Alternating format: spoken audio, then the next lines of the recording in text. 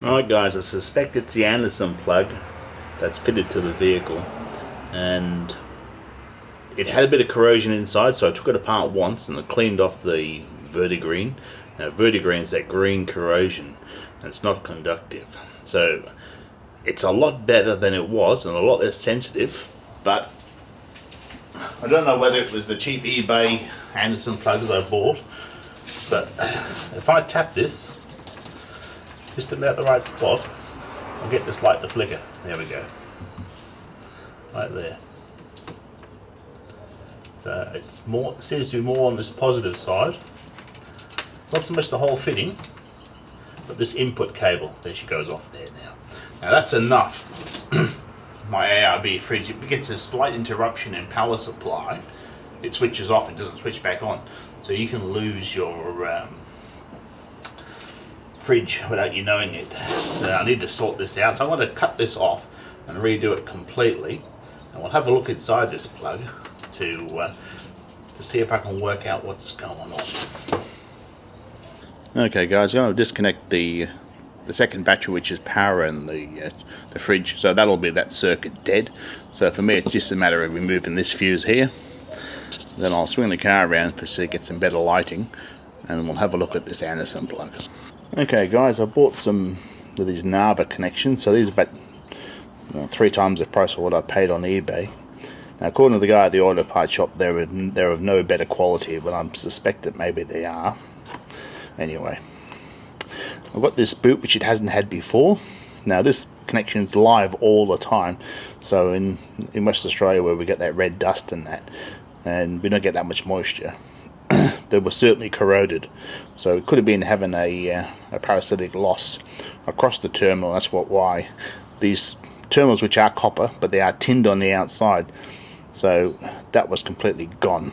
So anyway, I'm going to cut that connection off. We'll have a look at it and see what I can see. I said I have previously scraped it to make it work.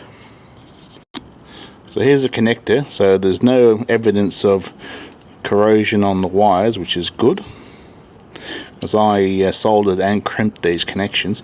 But what I did notice is if the cable moves, the connection moves as well. Not sure if the camera's doing that justice, but yeah, well, I don't think that would do it if it's just getting pounded down a corrugated road, but that's a pretty heavy cable that's running into it, so maybe that's some of it. But I'll pull these out and I'll show you what the condition they're in. I said I have previously cleared them. So these are fairly pretty straightforward to disassemble.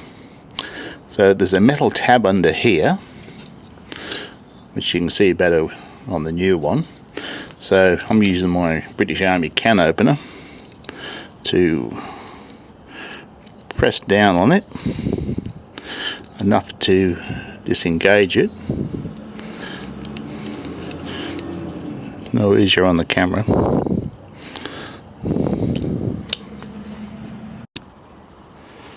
It never goes to plan when you want to film. So I'm just pressing that down. Okay guys, so there's no evidence there's any corrosion on the wires, but what I have noticed when I did this job, and I did it here, when I used the proper crimping tool, on this one, the positive, I crimped underneath, so that's been in contact with that tensioner spring. Whether that's making any difference, I don't know, but on the negative side I went to the top, so that's the way it goes in. So I crimped on the top, that's riding on top of the housing. So I don't know if that's a factor, because there was a lot of movement in this housing. So I'm going to cut the corner off this and have a look, see what it looks like when it's together. Okay, so I've run the grinder down the sides, a bit rough and ready, so you can see the amount of movement the heavy cable is doing. So this is the one that I crimped on the bottom side. Now those that don't know, these Anderson plugs, when you put them in, this little hook part here goes to the bottom. So this one I've crimped on the top side. So as it goes in, it just slides over that and clicks.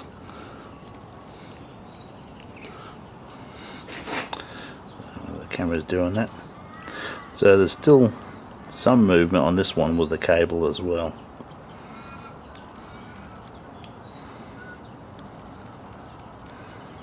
So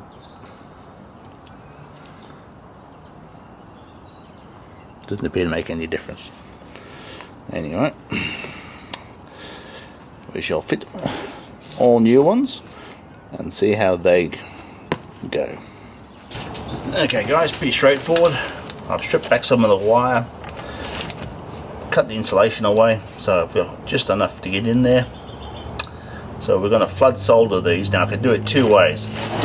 I can use a big soldering iron and put it in there, heat it up, and half fill that void with solder, then basically plunge that in. Or I can use a gas torch. So the gas torch is just quicker, but it's the same principle. Or I could tin this wire first, then put it in there, then top it up, which is a system I've also used in the past. So either, it makes no difference.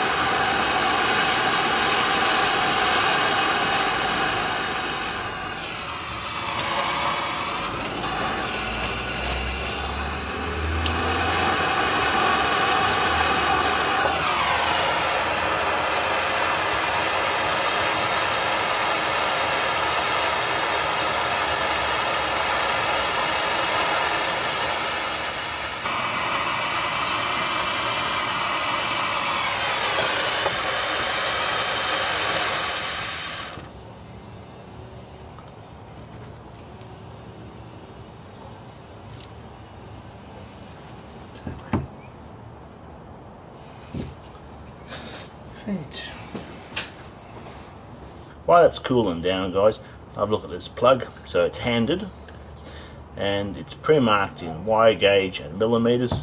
So I have to nick this off with the right size wire. Hopefully that means I can fight the plug through at the same time, otherwise it means I'll have to fit this first, and I don't want to go that far down. And I've got some heat shrink to put on here. Here's a nice solid now, it's cooled off. So trim this plug, we'll fight them on. Okay guys, I test fitted that. It's fine, I can get it on with the terminals on, which is nice. I was worried I was going to have to take them off again. So I'm going to heat shrink over the joints, just enough.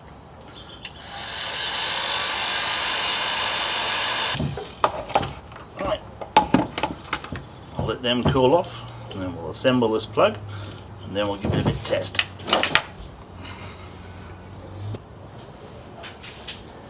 Right, didn't want to go on with the heat shrink. That's a bit of a pain. I managed to roll the heat shrink back, which is not good. It's a pain, it's a pain. Now this is marked with something which goes in what?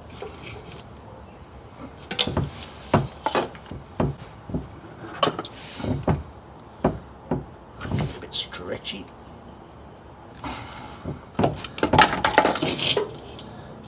Negative. There we go. We're in. Do the same on the other side. The old spittle on it.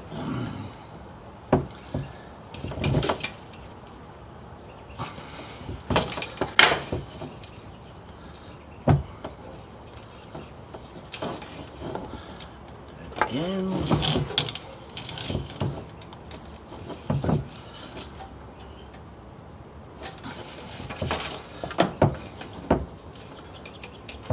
Yeah.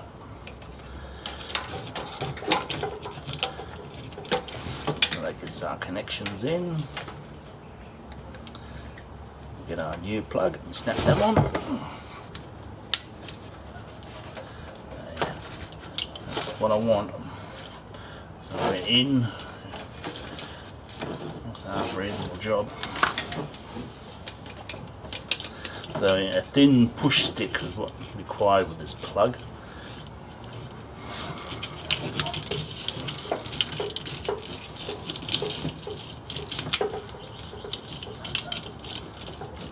So I'll try that back. This is what we remove when we remove the old plug.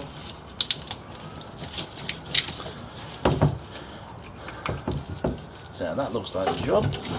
So I better put the fuse back in and we'll try it.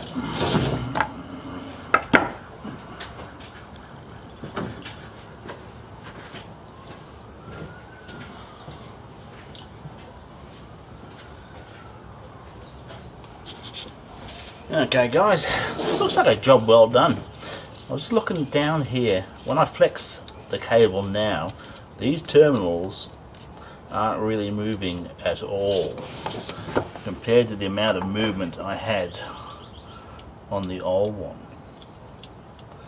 So I don't know if that was the issue or the corrosion. Either. So this is one of the cheap eBay ones. So hopefully it all still works together, which it does. Now before, when I was tapping on it, flexing on it,